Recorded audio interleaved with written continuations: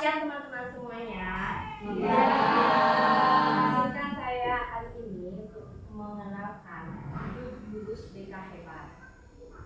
Ya, kita sudah ada 7 jurus BK hebat. Apa sih 7 jurus BK hebat itu nanti kita akan saya terangkan. Sebelumnya, mari kita berdiri dulu bersama-sama. Sebelum mulai, jadi kita dari Om Swastiastu. Om Swastiastu.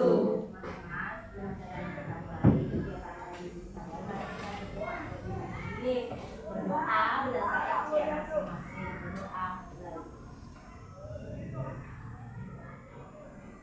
Berdoa selesai. Sekarang saya akan mengajak teman-teman untuk berriak-riak.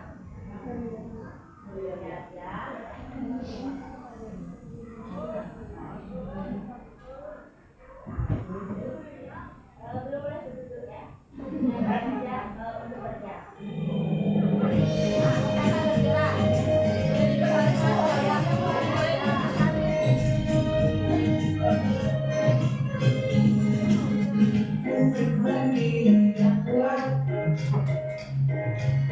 Tumbuh di lingkungan sehat bersama guru yang hebat, penuh cinta dan bersahabat. Yang tulus gunakan 7 jurus, kenali potensi, kelola emosi, tumbuhkan resiliensi, jaga konsistensi, terjalin koneksi, membangun kolaborasi, dan menangkan situasi.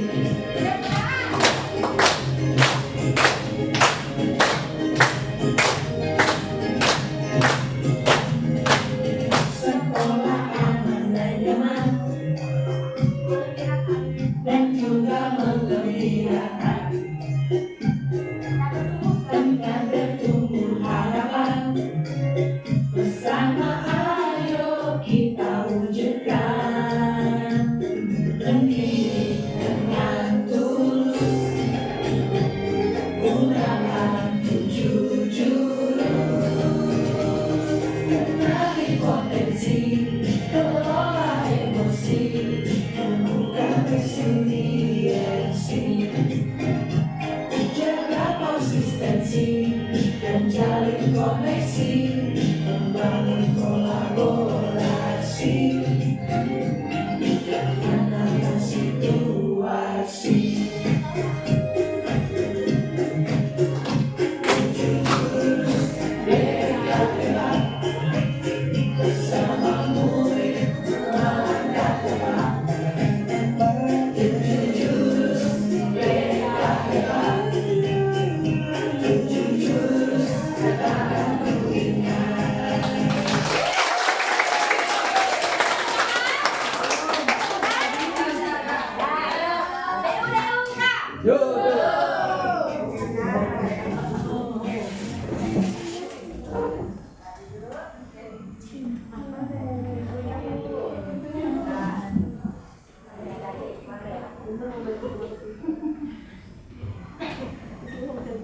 Nah, di depan sudah saya tayakan jurus BK hebat. Saya ya, saya. Nah, 7 jurus BK hebat. 7 jurus BK hebat. Apa sih 7 jurus BK hebat itu terdiri dari apa saja? Yang pertama sudah ada IPA ya. Pertama, kenali potensi. Yang kedua, kelola emosi. Yang ketiga, Tumbuhkan resiliensi, ya. Yang keempat, jaga konsistensi, yang kelima, jalin koneksi, yang keenam, bangun kolaborasi, yang ketujuh, menata situasi. apa sih? Teman-teman semua ini kan ada berbagai beda mapel dari saya. Saya kan mengenai BK. Nah, kenapa teman-teman juga saya ajak di sini? Karena ada keterkaitan tidak hanya BK saja yang bisa menangani, tapi guru wali dan guru mapel pun juga penting dalam penanganan siswa.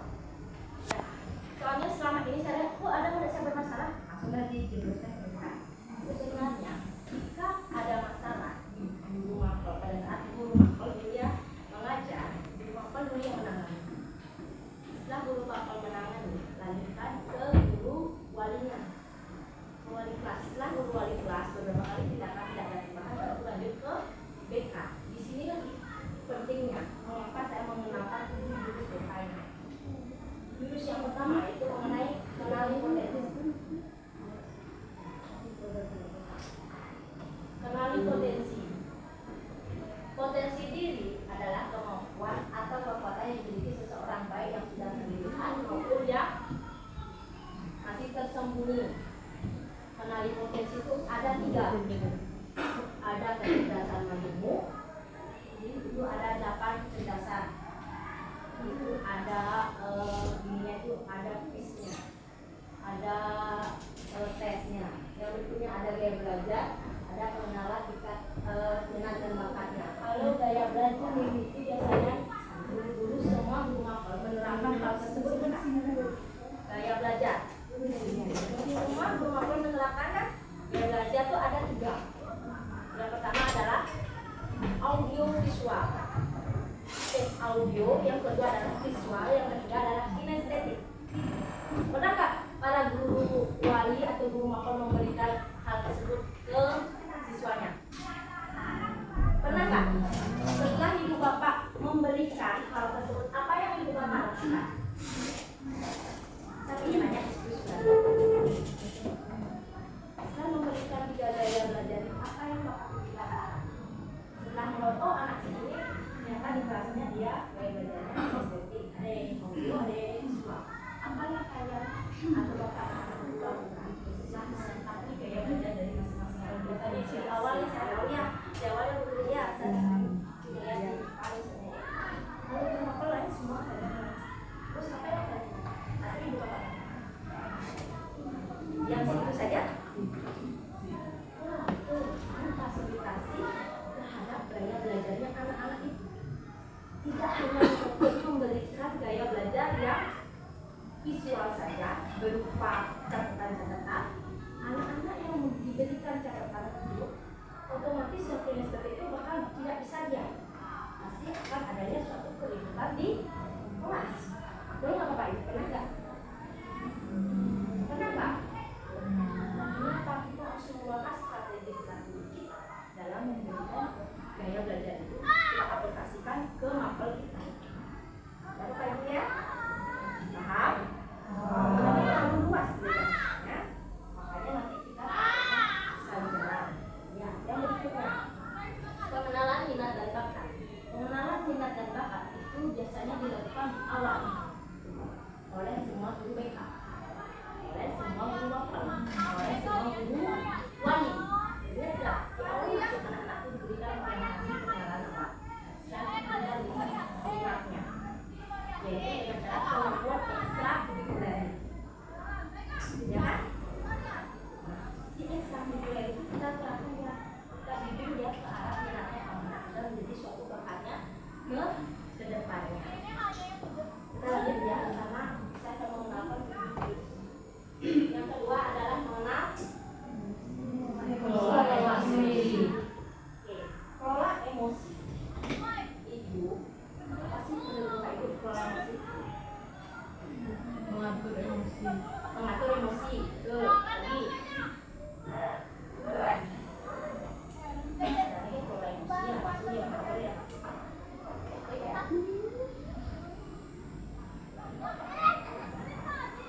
Kelola emosi adalah kemampuan untuk menyadari, memahami dan mengendalikan perasaan diri sendiri agar dapat mengekspresikannya dengan cara yang tepat dan positif. Ibu bapak ibu, makanya saya sempat memberikan ke anak-anak tentang kelola emosi. Reaksi dari emosi itu ada bermacam-macam, seperti sedih, marah, senang, kecewa, bingung, jijik. Itu bagian dari reaksi ya, bagian dari reaksi emosi. Kalau emosinya itu sendiri ada 3 jenis sebenarnya, 3 jenis emosi ada di dalam saya katakan ya, di dalam otak. Di otak kita tuh sebenarnya ada 3 jenis emosi. Yang pertama namanya neokortex, ada 5 rapid drive. Neokortex itu adalah si pawang dari emosi tersebut. Jika kita marah,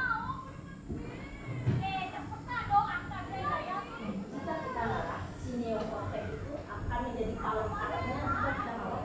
Marah kita tidak akan mengeluarkan marahan itu, tapi dikendalikan. Itu disebut neokortex.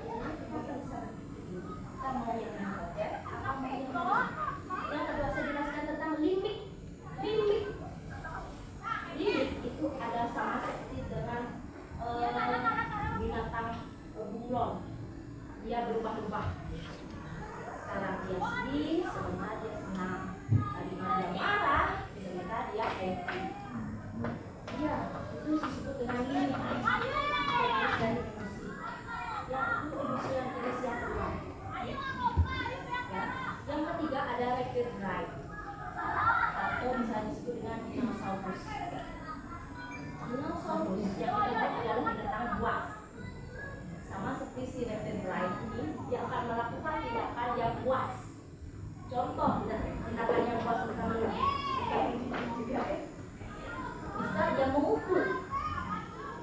Langsung pada saat dia marah dia memukul, pada saat dia marah dia akan meninju, pada saat dia marah dia akan menampar. Sama seperti kasus yang sedang tren saat ini ya, sosmed itu ya, yang ada di daerah sana ya, itu merupakan sikap atau jenis emosi yang rapid drive. Ya, baik, paham sampai di situ tentang pengelola emosi. Ada 3 jenisnya. Jadi saya bertanya, ibu bapak berada di emosi yang mana? Ya, jenis emosi yang mana? Untuk saat ini. Neokortex, limit, apa rapid drive? Yang pertama, udah dengar sini ada pawang ya? Bisa dia mengendalikannya. Ada kan dia sini yang limit? Ada, pasti ada. Semua orang memiliki itu. Kalau yang rapid drive atau dinosaurus, semua orang kan memiliki, pasti. Tidak bisa, dia masih ada neokorteksnya sedikit berpikir untuk melakukan hal. Caranya ya, nah di sini adalah dalam konteks siswa, kelola emosi membantu mereka tidak mudah marah dan tersiung. Jadi gunanya dari kelola emosinya adalah agar siswa itu tidak mudah marah dan tersiung. Maka dari itu kita kenalkan dulu kelola emosi. Kenalkan dulu 3 jenis itu dari emosi itu. Ya, sama reaksi dari emosi. Berikutnya adalah mampu menenangkan diri saat kecewa, menghargai perasaan lain dan belajar mencari solusi tanpa menyakiti diri sendiri dan orang lain. Termasuk dia yang kontak dia belajar mencari solusi ya. Ya, ini yang jurus yang ketiga adalah jurus resiliensi. Masih resiliensi itu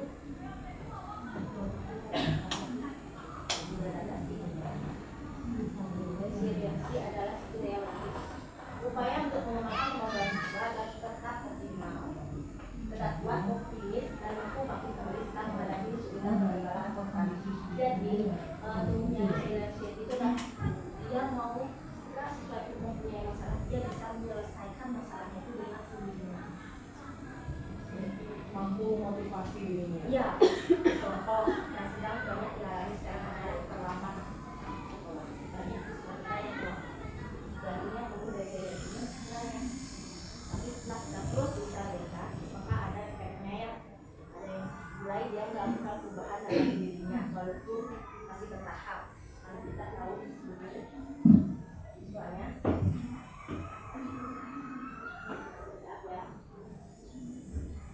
singkatnya, tumbuhkan resiliensi berarti menanamkan semangat jatuh bangkit lagi agar siswa menjadi pribadi tangguh dan pantang menyerah. Artinya kita tanamkan sesuatu. Nah ini untuk wali kelas nih. Banyak siswa di kelas yang mengalami terlambat masuk kelas. Kita jadikan contoh aja itu. Bisa nggak kita memberikan resiliensi kepada siswa di kelas agar dia tidak terlambat? Pendekatan apa yang dilakukan?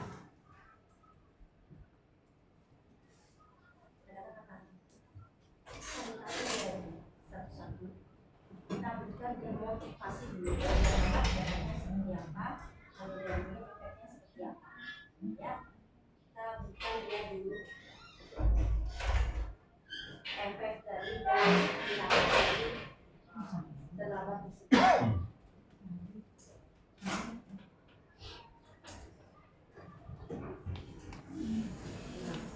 Untuk resiliensi ada pertanyaan?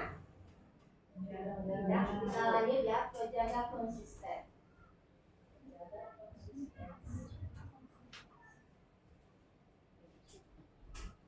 Jaga konsistensi itu adalah kemampuan untuk tetap berpegang pada komitmen, nilai dan tindakan yang sudah dipilih secara beragam berbalik meskipun mengalami tantangan atau godaan. Ini yang dia lakukan siswakan agar dia tidak salah, nanti dia menang sama tuh. Artinya konsistensinya masih kurang. Gimana sih cara kita agar dia menetapkan konsistennya agar dia besoknya tidak salah? Kami coba ya. Kita ambil percobaan untuk siswa yang tidak selamat. Sudah ada pertanyaan untuk yang ini? Ya. Dalam konteks pembelajaran aku dengan siswa menjaga konsistensi dan terus melakukan hal lain seperti belajar dengan disiplin, mengelola emosi, tenang atau bisa bangkit setelah gagal secara dan tidak mudah menyerah di tengah jalan. Dan yang kita temukan ya agar dia tidak gagal di tengah jalan. Bisa kita lanjut?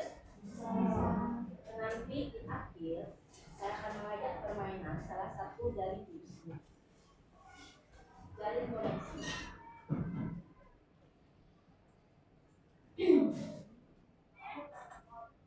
Ini dia ya, jalin koneksi ya.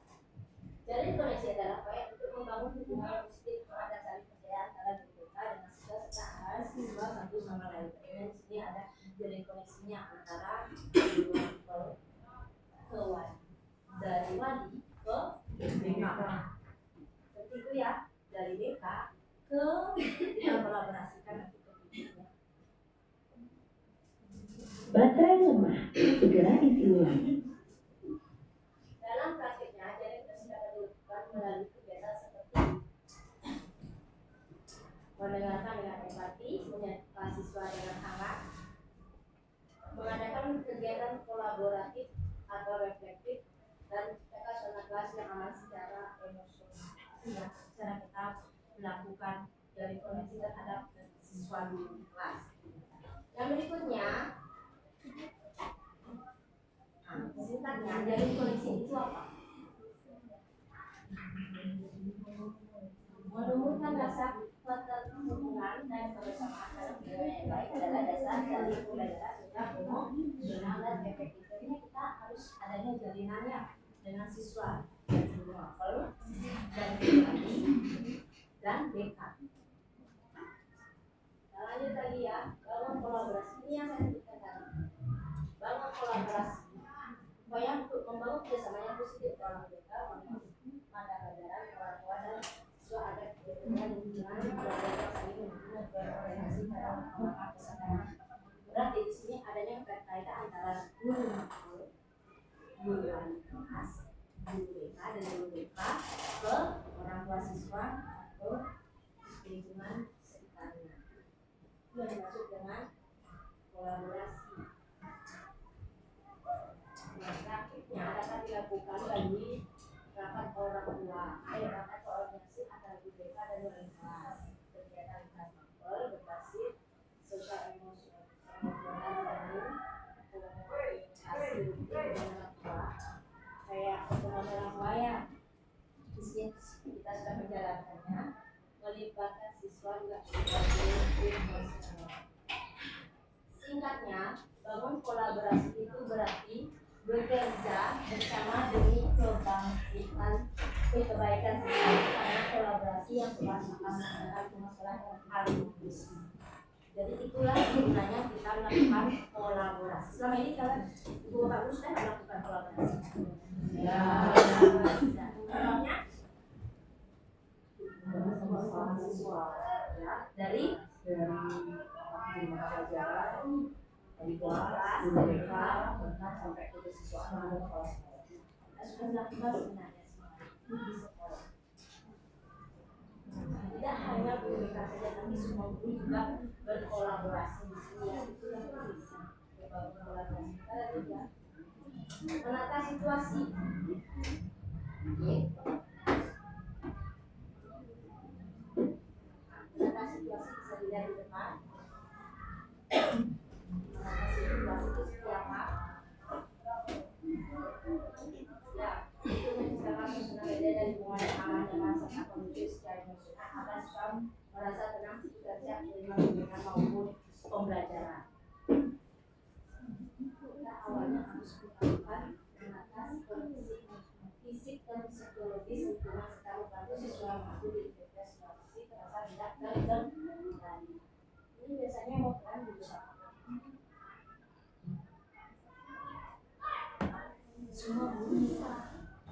Sebenarnya semua guru bisa menata situasi. Saat yang ada terus ada saat pemberian juga sesuatu kondisi menerima pelajaran. Kebetulan juga seperti kebetulan tadi juga mereka diberikan waktu 1 jam untuk mengenal siswa. Ya, jadi kita adalah hubungan. Jadi tidak sedikit adalah kita tahu mengenal siswa juga. Data situasi dapat dilakukan dengan cara seperti dengan cara ya.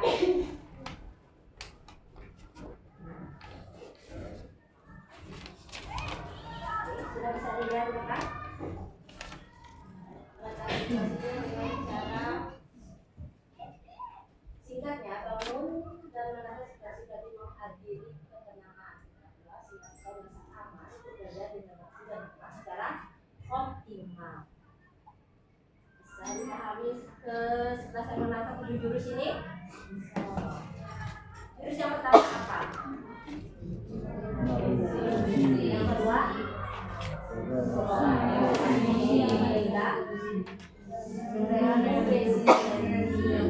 Yang keempat? Yang kelima? Yang keenam? Yang ketujuh? Menata situasi. Nah, dari jurus itu saya sebenarnya kemarin sudah memberikan jurus yang pertama itu kenali potensi. Saya mengenalkan dan mengetahui bahwa saya ambil praktek di kelas 7. Ya. Ternyata di sana ada saya memberikan 3 gaya belajar. Memberikan gaya belajar, saya menemukan ada 3 gaya belajar. Yang paling banyak saya temukan gaya belajar di kelas B itu adalah gaya belajar kinestetik. Ya, saya sudah tahu kan kinestetik itu apa? Ya, itu akan bisa. Kalau belajar dia akan dengan cara bergerak. Ada aja itu, ada aja tidak bersama. Dia membutuhkan gaya belajar yang memang harus berkelompok atau bersambil mengerjakan sesuatu. Jangan mengatur dia langsung karena saja ya. Dan juga saya memberikan kelas 7 itu mengenal kelola emosi sudah saya berikan. Saya memberikan kelas mulai kehidupan dan juga mengenal reaksi dari emosi itu. Di sini Bapak Ibu saya kan sudah pernah ya memberikan kenali potensi siswa sudah, kelola emosi siswa sudah. Ibu sudah tahu garis besarnya. Yang berikutnya saya akan mengajak Bapak Ibu untuk bermain kartu. Kita akan bermain kartu. Kita akan bermain kartu, mencari komelnya masing-masing. Komel. Ada 4 komel ya di sini. Saya masih tahu lagi komelnya. Ya. Komelnya ini saya akan ajak.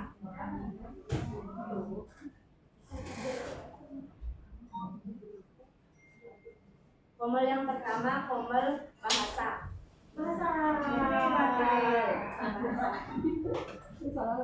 Komel sosial. IPS. Silakan dulu. Ngapain ya? Bisa bermain. Yang berikutnya IPA.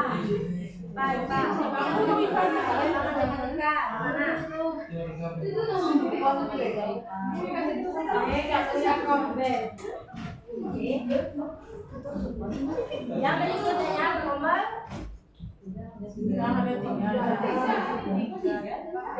bahasa dan sains sosial.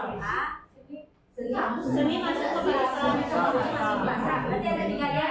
Ya.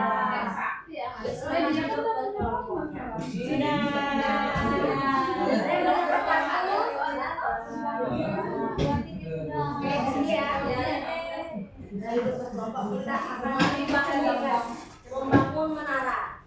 Menara Apple. Silakan juga berkelompok.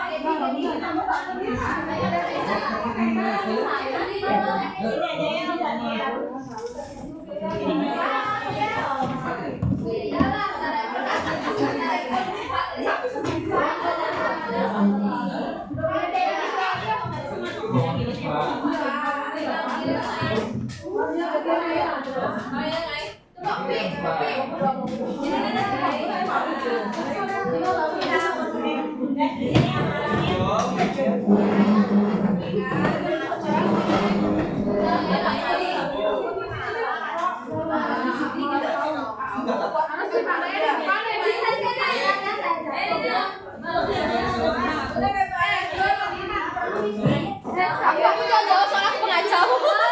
Karena itu boleh juga. Aku anak ya, sini. Presentasi saya. Semangat guys.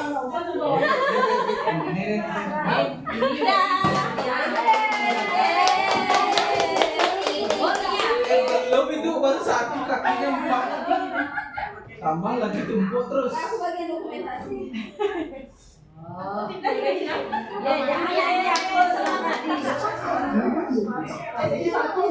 Kalian percaya ke sini aku bagiannya.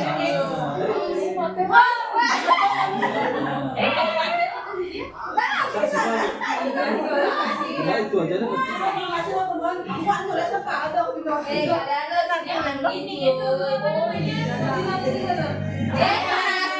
Nah, di atas Repi. Nah, baru tumpuk lagi di atasnya. Berarti itu aja deh. Yeay, Novi hancur. Tidak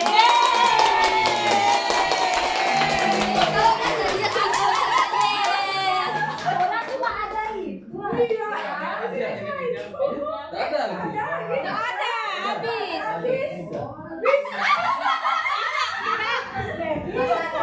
Hanya 5 di sini. Oh,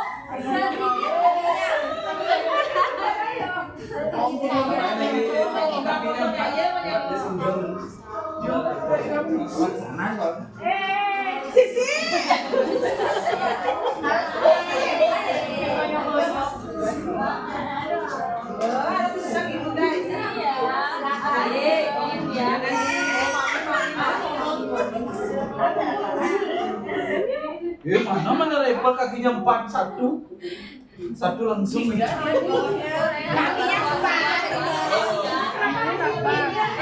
Satu dia. Begitu dia.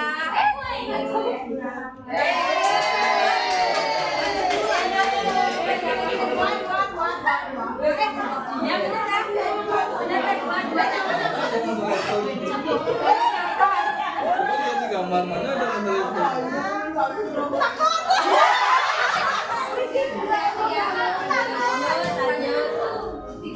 bener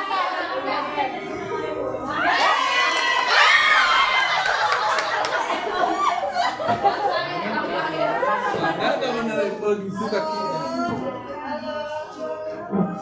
Silakan mau minta bantuan?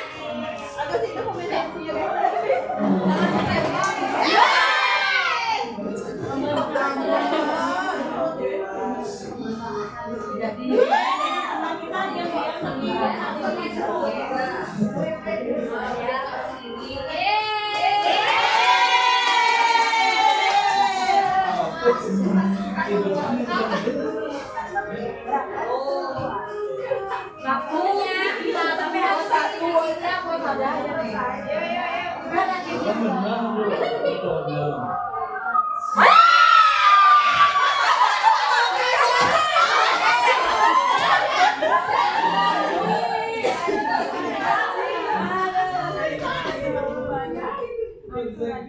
Susah gitu.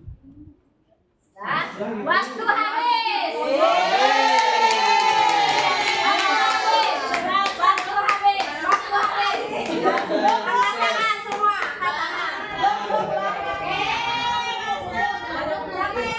Sudah berdiri. Coba katakan waktu habis.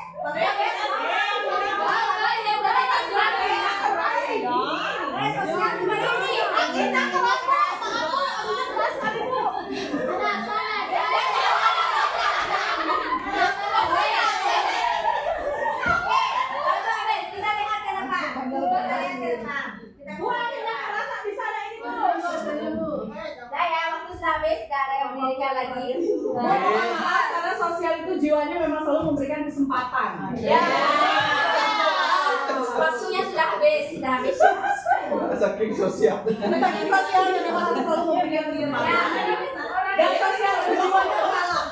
Dan dokter tadi mencoba sudah banyak ya. Oke. Kita 13 kali. Sekarang saya bertanya,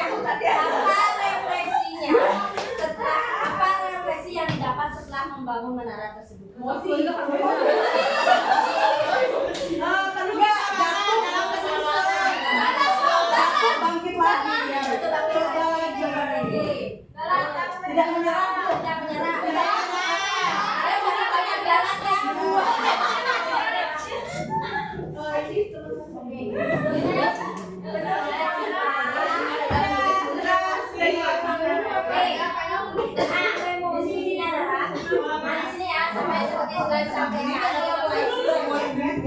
Fokus ke depan, fokus dulu lah. Ya, ketika menanam durian atau makan telur, bagaimana perasaan kalian? Apa reaksi pertama yang Gembira.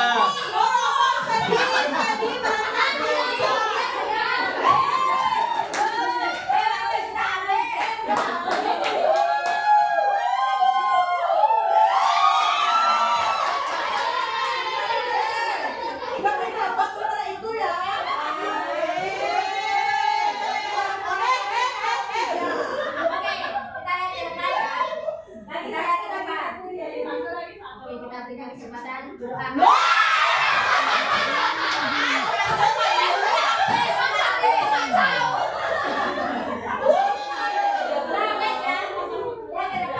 Perasaan kalian bagaimana jika menara kalian roboh? Sedih. Merasa frustasi.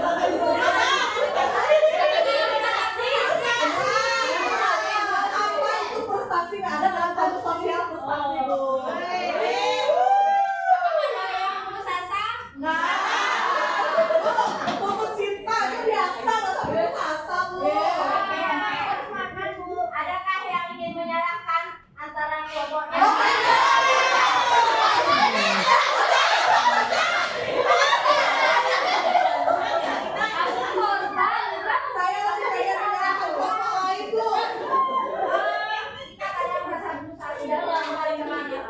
Mencari solusi. Bagaimana kalian mencari solusi? Bagaimana dengan nongkrong ngopi habis ini, Bu?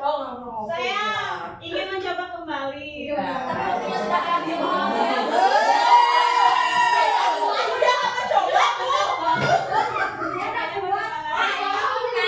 Siapa bisa mau di antara kelompok ini yang mau menceritakan bagaimana emosinya tapi mempengaruhi dalam anggap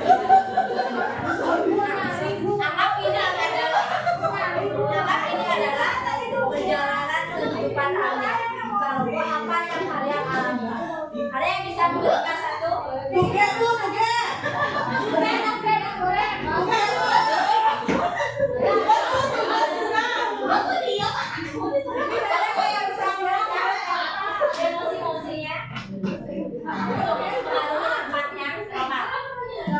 jika ini jatuh, ya. Kalau harus bilang 3 kali kalau sama Tugen. Ceritakan bagaimana emosi-emosinya mempengaruhi langkah kalian selanjutnya. Kita lihat dari menara ini, anggap ini kehidupan kalian. Ini robot ya kan? Begitu juga kehidupan ini bisa tumbang. Betul nggak? Bangkit lagi. Apa yang kalian lakukan? Kenapa? Kehidupan ini begitu. Mencoba.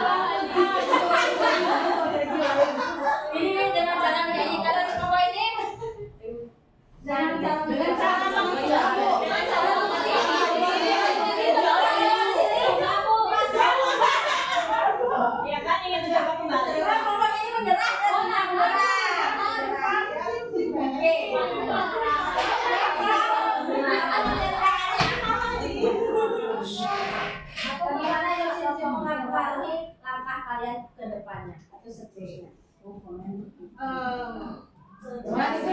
Kami di Komda Bahasa dan Seni saling menguatkan.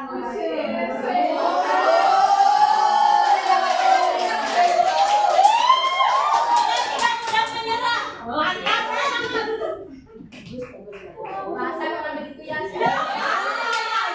Halo, sosial gimana? Kalau sosial tentu dengan cara having fun together, Bu. Yang positif tentunya. Ya kan? Misalnya tetap membangun, beberapa orang membangun misalnya dengan menghibur, bernyanyi, menari. Berarti kalau udah kehidupan nyata sehari-hari apakah kamu Jadi banyak hal yang kami lakukan. Selama itu positif kami akan mencoba. Tapi dengan cara yang tetap happy, Bu. Ceria. artinya menjalani kehidupan tidak Iya, tidak mau menunjukkan kesedihan, kegagalan kami kepada orang lain. Karena itu adalah cara untuk orang menjatuhkan kita.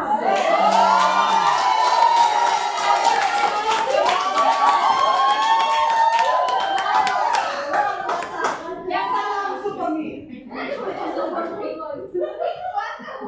yang kedua, apa pelajaran paling berharga tentang daya lereng? Ini termasuk dengan umumnya resiliensi ya. Itu budaya kita berbangun. Bagaimana kita bangunan ini akan berdiri kokoh di kehidupan ini yang akan berdiri kokoh. Bila dia jatuh, baru lagi sembilan. Ya jatuh baru aku menjadi budaya. Oke. Pelajarannya apa ya? Pelajaran berharganya dari bangun ini pantang menyerah.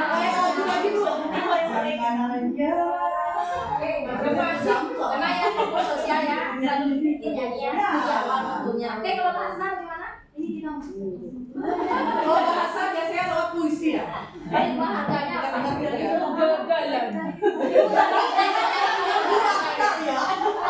Ibu Nadia kan bawa kiri menjawab.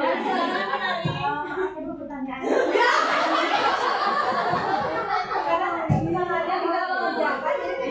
Apa pelajaran paling berharga tentang punya resiliensi ini? Tadi kita sudah membangun adalah apa pengalaman berharga yang didapat dari pembahasan. Pengalaman yang paling berharga apa ya? Ya. Lama ya. Jawab kalau masalah kan apa bahasa dia lagi menyusun kata-kata ya. Ya, jadi butuh waktu yang lebih lama berarti bisa dibantu. Mandiri. Ya silakan bahasa untuk Mandiri, ayo maju. Ketika berhasil membangun menara tadi itu lega. Jadi ketika kita berhasil menghadapi tantangan, tapi ketika dia jatuh emosi ada dia menjaga diri supaya tidak itulah seperti kehidupan sekarang ya. Hanya lagunya ya. Oke, yang nomor 3, di luar dari permainan tadi ya, coba pikirkan pengalaman di kehidupan nyata baik di sekolah maupun di rumah ya, pengalaman di kehidupan nyata. Saya minta beberapa contoh saja baik di sekolah maupun di rumah. Di mana kalian pernah merasa menara kalian roboh? Bagaimana kalian merespon situasi tersebut? Seperti rumah tangga.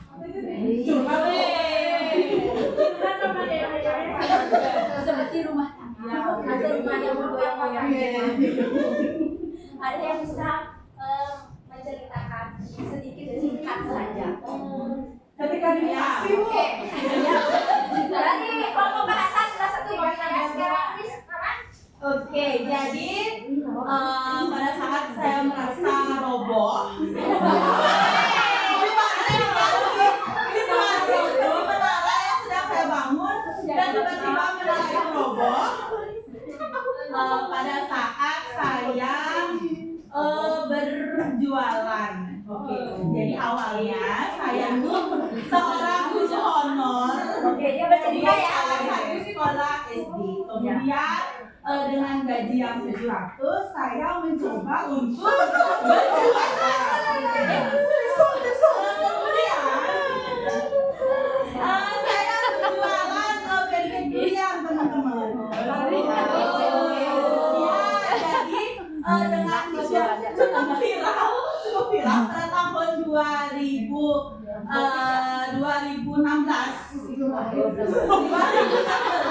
saya berjualan pancake durian Badung. Mungkin teman-teman ada yang beli ya. Kemudian saya bangun usaha itu dengan mengumpulkan uang, membeli freezer, kemudian dari freezer yang kecil ke freezer yang besar. Kemudian Dan apa?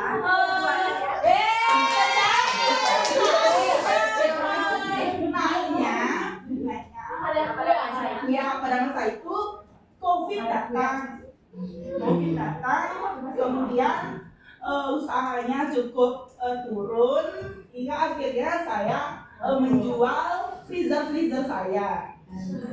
Kemudian pada saat itu benar-benar roboh sekali karena saya masih guru honor. Kemudian usahanya juga turun. Pada saat itu juga saya ada keinginan menikah gitu karena sudah umur pada saat itu.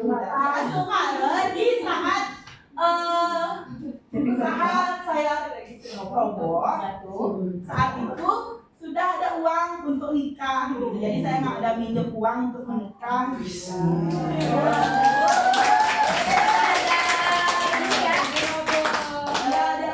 Kemudian usaha itu saya tutup dan pada saat lahir Dewi saya membuka kembali, tapi dengan beda teman-teman. Pada saat Bajang itu kan kita gesit ya, jualan kemanapun saya COD gitu loh. Saya jauh-jauh ngirim tuh aman gitu. Nah pada saat punya anak agak susah gitu. Jadinya saya berhenti untuk jualan. Jadi fokus ke guru, misalnya tetap ya ngajar haji. Terus kita dari menara saya yang roboh karena COVID. Tapi misalnya kalau nggak ada produknya kita bisa ngerti itu hoax. Jadi harus ada produknya. Artinya di sini di dalam podcast dari sibuk kembali lagi kepada teman-teman ya. Door to door. Yes. Bandung. Oke, yang berikutnya ada lagi yang menceritakan? Bisa. Sudah berhasil mendirikan menara. Masih ada waktu? Lagi satu saya kasih video aja. Oke. Yo, joget.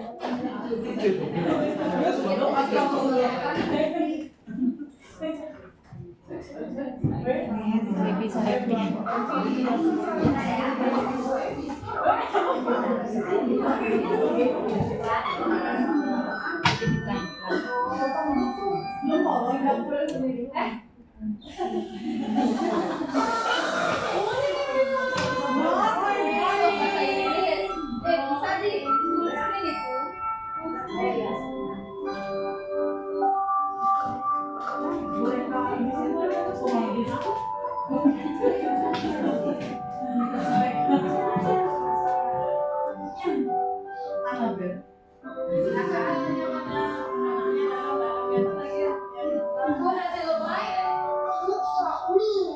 That's right. I want you to do everything that you can to knock your toy down. Terjemahannya dibuat sini ya.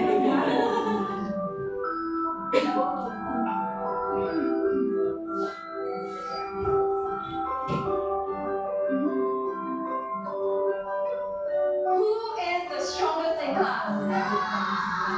Come on up, please. I'm going to give Jerron a prop, and he's going to try to knock it off the table. Ready, Jerron?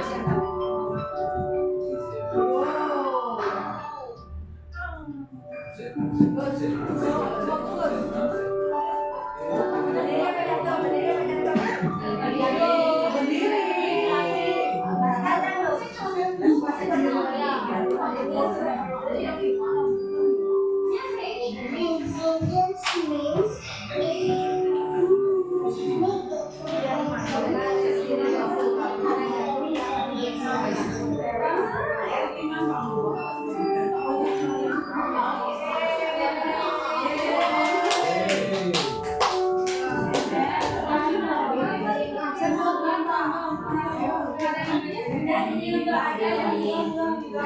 Apa yang didapatkan dari resiliensi itu? Kalau jatuh cepat bangkit lagi. Ya. Jadi apa yang dialami di istana, semoga dia bangkit kembali ya. Dia sudah mulai bertahap, kayaknya dia sudah mulai bertahap ya, dari sekarang dia akan bangun lagi pancake durian. Dengan cara memberikan testimoni besoknya. Deteksi yang keempat, saya minta satu. Dari ketujuh jurus tersebut, bagaimana perasaan ibu bapak guru setelah saya memberikan tujuh jurus tersebut? Apa yang dapat dipetik dari ketujuh jurus tersebut? Apa yang dapat dipetik dari ketujuh jurus tersebut? Intinya Ya.